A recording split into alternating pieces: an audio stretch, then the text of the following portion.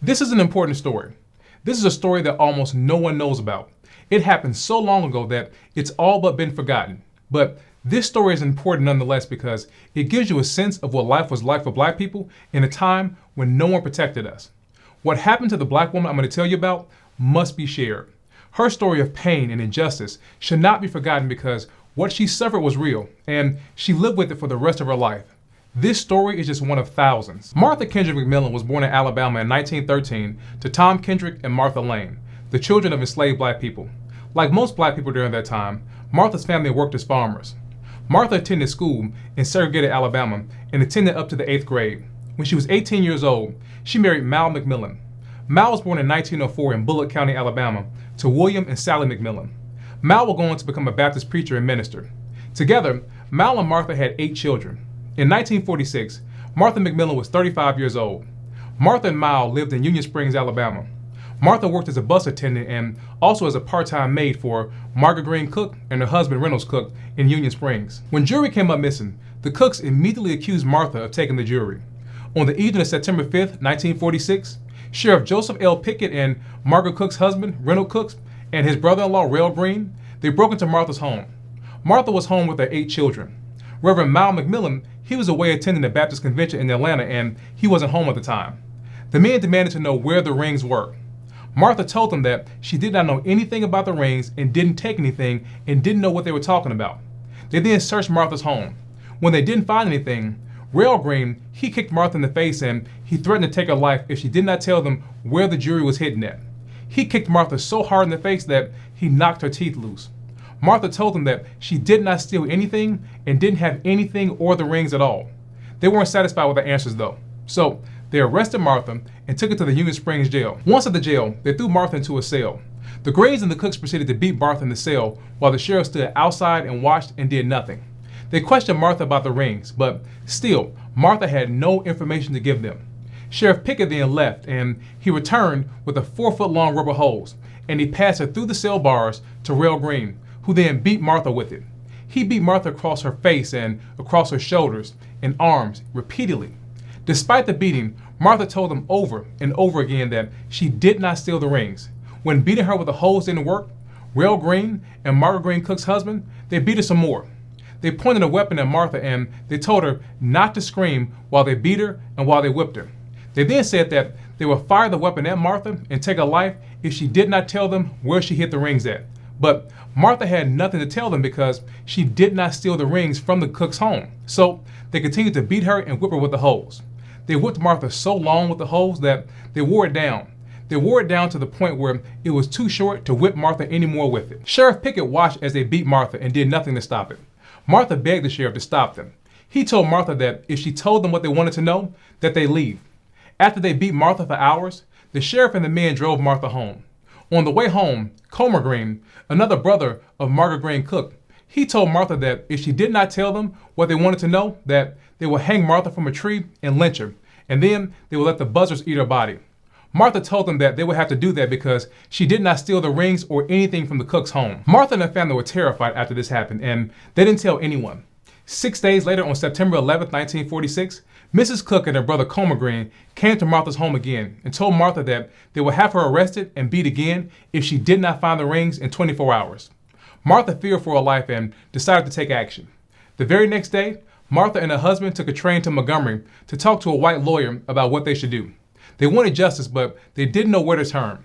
Now remember, this was 1946 in Alabama in the Jim Crow era. What happened to Martha happened every day to a Black person somewhere in the Jim Crow South.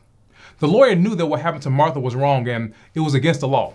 He told Martha and Mal that they should contact the local authorities and report this abuse and what happened to them. Martha and Mal went to the Alabama Department of Public Safety. They spoke with Captain N.W. Kimbrough. He was the head of the enforcement division. Martha told him what happened to her and she signed an affidavit detailing exactly what happened and how she was beaten by the Green and the Cook family and Sheriff Pickett. Captain Kimbrough, he then took photographs of Martha's injuries and he took her and Mal to the federal prosecutor's office where he introduced them to U.S. Attorney E. Burns Parker and told him what happened. Burns said that he had never seen anyone who had been beaten up so badly before. The U.S. Attorney's office asked the FBI to open an investigation into what happened to Martha.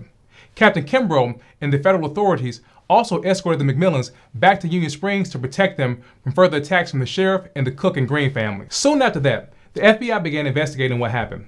They spoke to Sheriff Pickett and Rail Green and Reynold Cooks, and they took their statements. Each of them denied what happened. They even had witnesses back them up and said that they did not harm Martha McMillan at all. But the FBI had witnesses to corroborate what happened to Martha. They spoke to Martha's 14-year-old son, Arthur Reen. He said that on the night of the incident, Sheriff Pickett and the other men came to the home. He said that they came in and looked around and then they kicked his mother in the mouth. He said that his mother fell back into the bed after being kicked, and when he saw her, her mouth was bleeding. He also said that they took his mother and that when she came back the next morning, that he saw her bruises and saw how her eyes were closed and both of her arms were badly bruised. He said that his mother told the family not to tell anyone about what had happened to her. There were other black people who also came forward to corroborate what happened to Martha. 28-year-old Junior Reed, he had been arrested and was in jail at Union Springs on the same day as Martha. He said that he heard Martha screaming as she was beaten by the men. He said he could hear the blows that were being inflicted on Martha. He also said that he heard Martha begging Sheriff Pickett for this to stop. As soon as the federal government announced that they were investigating Sheriff Pickett and the other men, the local community rallied around these men. Sheriff Pickett had the support of the white community and also of other local sheriffs. They appealed for support for him. The support for Sheriff Pickett was so great that Martha's family feared for her safety. They believed that Martha might be harmed again, so what they did was they moved her out of Bullitt County during the investigation to another town where she could be safe. The FBI completed its investigation, and in February of 1947, a federal grand jury indicted Sheriff Pickett, Rail Green, Reynold Cook, Margaret Green Cook, and Comer Green. They were charged with conspiring to deprive Martha McMillan of her civil rights. They were facing up to 11 years in prison and fines of $6,000. The trial began in June of 1947. Judge Charles Brent Kennemer presided. During the trial, Martha testified and told the jury what Pickett and the others did to her. She told them of her beatings with the hose. She told them how she begged for them to stop and that she didn't steal the jury.